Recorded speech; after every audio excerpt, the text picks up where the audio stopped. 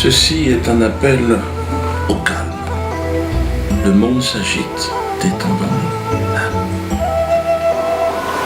Tout le monde est un peu stressé en ce moment.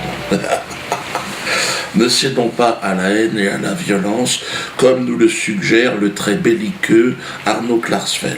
Il faut des manifestations devant pour qu'il y ait pour que les tribunaux puissent considérer qu'il y a un trouble à l'ordre public, pour que la décision du ministre de l'Intérieur et de la préfecture soit justifiée sur des bases légales. Et les bases légales, c'est un trouble à l'ordre public. Et l'ordre public ne peut être troublé que si des gens manifestent pour dire on n'en peut plus. Arnaud, là, quelque part, j'ai envie de te dire, tu m'inquiètes.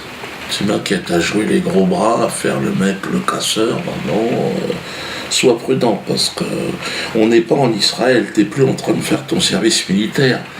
Tu sais, quand t'étais garde frontière, là, tu faisais n'importe quoi déjà. Il est fils de parents célèbres, chasseur de nazis, traîne une réputation de playboy et travaille habituellement comme avocat. Arnaud Klarsfeld, 37 ans, volontaire chez les gardes-frontières, il veut se rendre utile à Israël. Là, t'es revenu en France, donc là, il faut que tu te conformes à certaines règles. On ne peut pas demander aux gens d'aller se bastonner. À jouer au con, à menacer tout le monde, à provoquer tout le monde. Tu vas finir par te faire défoncer ta petite gueule de petite chatte d'appartement, là. Puis sois responsable un peu, on doit être responsable, on doit montrer l'exemple. Il y a une jeunesse aujourd'hui qui est en difficulté, c'est la crise.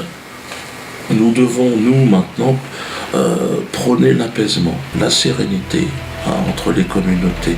La violence ne résout rien, comme disait le vieux maître chinois. J'ai un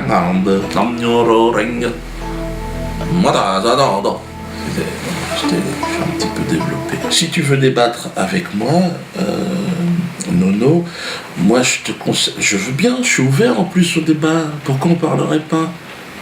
Hein? Viens me voir, ou même j'irai te voir, on parle, on communique, on l'avait déjà fait une fois à Klarsfeld, tu te souviens?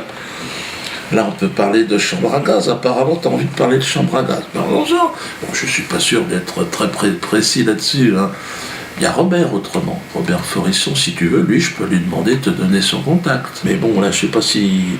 Bon, après, tu vois, Robert, tu sais, on a fait un clip, tiens, regarde. Chaud ananas. Oh, chaud ananas. Ah, il aime aussi la danse. Alors oui, tu parles de chambre à gaz parce que comme quoi j'aurais plus ou moins dit à Patrick Cohen que je souhaitais que... Enfin, je regrettais qu'il ne soit pas mort dans une chambre à gaz. Mais c'est pas du tout ça que j'ai dit.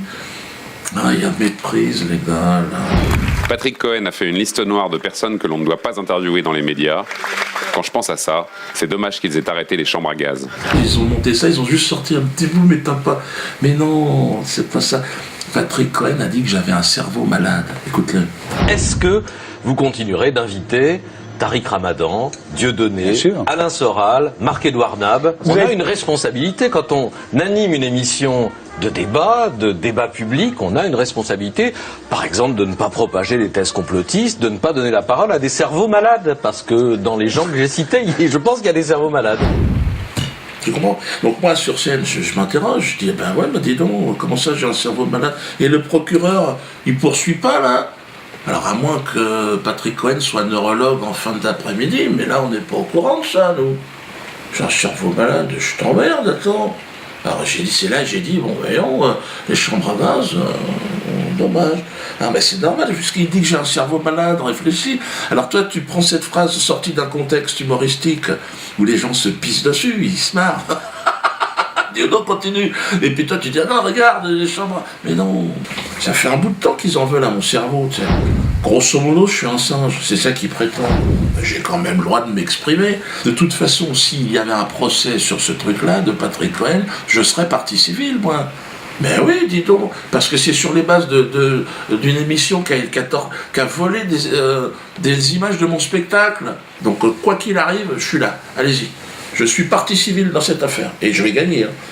Mais oui, c'est n'importe quoi. Alors, faut arrêter des conneries. Ça va. Klarsfeld, détends-toi le sphincter. Hein?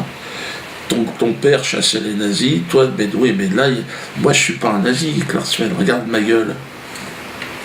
Je suis né en 66. Donc j'étais pas né, moi, toi. Donc, et je t'ai dit, les chambres à gaz, j'y connais rien. Si tu veux vraiment, je peux t'organiser un rencard avec Robert. Tu veux que je te remette la corridor? Non, bon, on ne remet pas. À cause de gens comme toi, Klarsfeld, à cause de gens comme Jacques Ludwowicz, des jeunes juifs se sont rendus coupables d'agressions en bande organisée. C'était à Lyon. Samedi dernier, vers 23h, des jeunes issus de la communauté juive font irruption dans l'établissement pour en découdre avec 4 serveurs. Motif de leur colère, cette photo postée sur Internet. Les employés y font une quenelle, un geste équivoque lancé par Dieudonné et que certains assimilent à un salut nazi. Une demi-heure plus tard, les mêmes jeunes se rendent dans un restaurant du 7e arrondissement. Là aussi, ils souhaitent s'en prendre à un employé qui a posté le même type de photos sur les réseaux sociaux. Une bagarre éclate avec les agents de sécurité qui finissent par repousser les agresseurs. Le lendemain, nouveau raid similaire, cette fois à Villeurbanne. Un homme est frappé et enfermé dans le coffre d'une voiture. Ils ont été arrêtés, bon évidemment, comme des jeunes cons. Qu'est-ce que tu veux que je te dise? Les mecs, ils ont fait ça en mocassin, ils n'étaient pas profilés. Bon là, ils sont sous contrôle judiciaire. Donc là, ils vont certainement faire de la prison. Normalement, ils devraient être en prison. Petit coup de téléphone, mais bon, ça ne pourra pas tenir une éternité. Donc là, je dis aussi que la victime de cette agression est déjà nommée quenelle d'or cette année. Ce sera le 21 juin. J'espère qu'elle va bien, elle et sa famille, qu'elle n'hésite pas à prendre contact avec nous. Les autorités juives de Lyon ont été raisonnables. Contrairement à vous, ils ont appelé à l'accalmie. Regardez, écoutez-les. Ce sont des actes isolés. Bien évidemment que je condamne avec la plus grande fermeté parce que cela ferait une très mauvaise image à la communauté juive. Il est hors de question que qui que ce soit puisse, au nom de la communauté juive, pratiquer ce genre de bagarre ou d'expédition punitive. C'est totalement contraire au principe même de la communauté juive. Calmez-vous, les jeunes juifs de France, détendez-vous. Il paraît qu'ils veulent manifester devant le théâtre de la Main d'Or le 16 janvier prochain. Moi, je suis pour la manifestation, mais attention, les gars. De toute façon, moi je demande aux autorités de nous protéger, mais le problème c'est que il y a des gens en face qui sont pas contents non plus. Et vous ferez pas le poids, parce que les gens sont motivés, attention. Moi je suis contre la violence, je trouve que...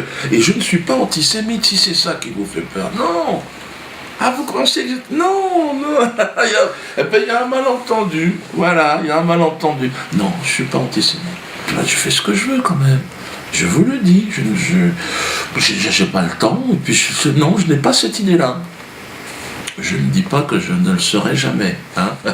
Je me laisse cette possibilité, mais pour l'instant, non, je ne vois pas, je n'ai pas de raison.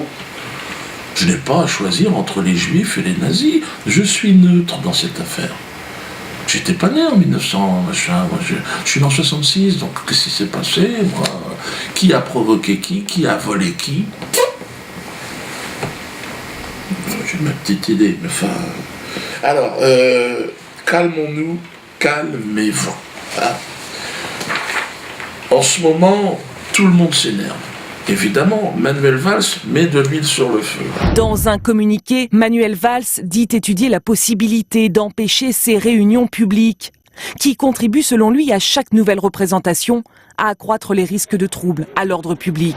Là, il s'agit de haine, d'antisémitisme. Et ce geste lui-même est un geste de haine, est un geste antisémite. Et tous ceux qui le font doivent savoir aujourd'hui, ils ne peuvent pas dire qu'ils ne le savent pas. Moi, je sais faire la distinction entre le génie de l'humour qu'un des proches pouvait avoir et les petits entrepreneurs de la haine. Disons, je suis le seul qui arrive de lui faire rire. Je suis le seul qui arrive de lui faire rire. Oui, quelques blancs. Non, quelques blancs, quelques whites, quelques blancs de côte. Il a un projet pour moi, on va appeler ça de peine de mort sociale. Là, il s'est fixé un objectif, c'est m'interdire de travailler.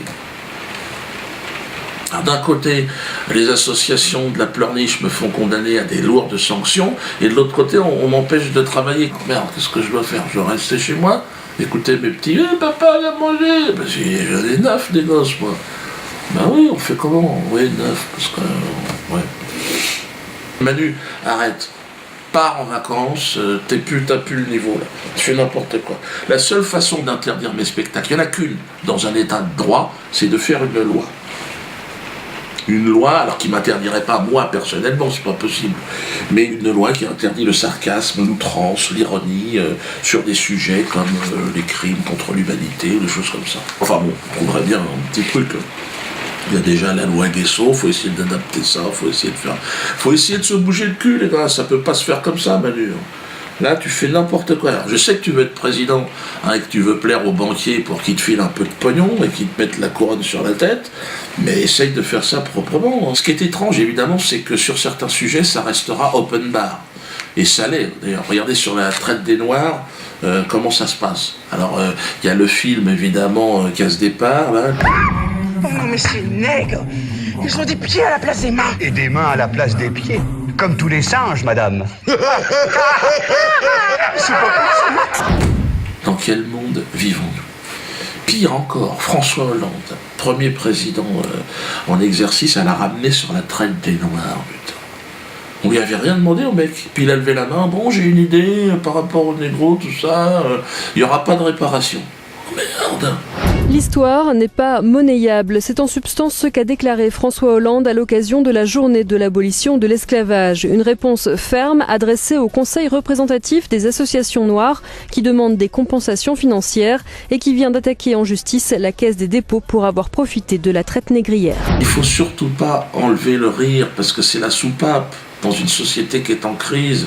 Laissez les gens rire. Vous vous rendez compte qu'en Martinique, aujourd'hui, au moment où on parle, vous savez que les béquets, parce que là, c'est directement lié, les béquets en Martinique, ils représentent 1% de la population, ils ont 90% des terres agricoles encore aujourd'hui. Les mecs, ils ont fait toute leur fortune sur le commerce des Noirs, ils s'en sont encore plein les poches, et ils ont passé la Révolution française, tout, la monarchie, les républiques, toutes les républiques. Bonjour, monsieur le président, de droite, de gauche. Et c'est moi le raciste. En plus, ils se mélangent pas parce que c'est pour la pureté de la race. Eux, ils sont complètement dingues, les béquets. C'est dans ce contexte, d'ailleurs, on parle des béquets de la Martinique, que j'ai reçu avec la plus grande fierté, là je deviens un peu plus sérieux, le soutien de Nicolas Anelka, qui nous a gratifié d'une quenelle historique. Regardez. Nicolas Anelka a reproduit le geste si polémique. La Ligue contre le racisme et l'antisémitisme s'en est pris de son côté à la personne de Nicolas Anelka. Nicolas, tes ancêtres peuvent être fiers de toi, vraiment. Tu es le Mohamed Ali français. C'est celui qui dit non, c'est le nègre qui s'oppose, qui se lève, qui se redresse. Canel. Mais pourquoi Canel à l'ami, tu aurais même pu dire le frère de Dieudonné. Nous sommes finalement le maillon d'une chaîne qui se referme sur une autre. L'esclave, il n'est pas loin. Et puis cette libération par la quenelle, elle concerne tout le monde. C'est pas seulement une histoire des négros. Il y a aussi, regardez, en Belgique, Laurent Louis. Je vous remercie. Il me reste juste une chose à faire. Et je crois que le Parlement le mérite bien, c'est ceci. Parce que on est tous esclaves de ce système. Il faut qu'on se libère. Et là, je pense que 2014 va devenir l'année de la quenelle. Libérons-nous des béquets et des banquiers, ce sont les mêmes. Interdire mon spectacle, mais qu'est-ce qui va se passer, François? Qu'est-ce qui va se passer? Vous croyez quoi? Que les gens vont dire, oh, mais il n'y aura plus aucun spectacle qui va pouvoir se jouer. Le trouble à l'ordre public, si vous l'entretenez, ben, il y en aura partout. Et puis c'est facile d'arrêter un spectacle, hein, des boules puantes. Bon, les coups de téléphone, là, ils disent qu'ils vont envoyer des menaces d'alerte à la bombe dans mes spectacles. Mais dans tous les cinémas, il y aura des alertes à la bombe. Partout, dans tous les lieux publics, vous croyez que c'est... Calmons les choses. Hein? Zen attitude. Hein? François, tu la sens évidemment, qui se glisse dans ton cul, à la quenelle. Parce que je ne pense pas que tu iras à la fin 2014. À mon avis, tu vas être obligé de... Mais il ne faudrait pas que Valls prenne ta place, parce que... il est mauvais. Il est mauvais. Alors moi, ce que je te conseille, François, en attendant que ton départ très très proche,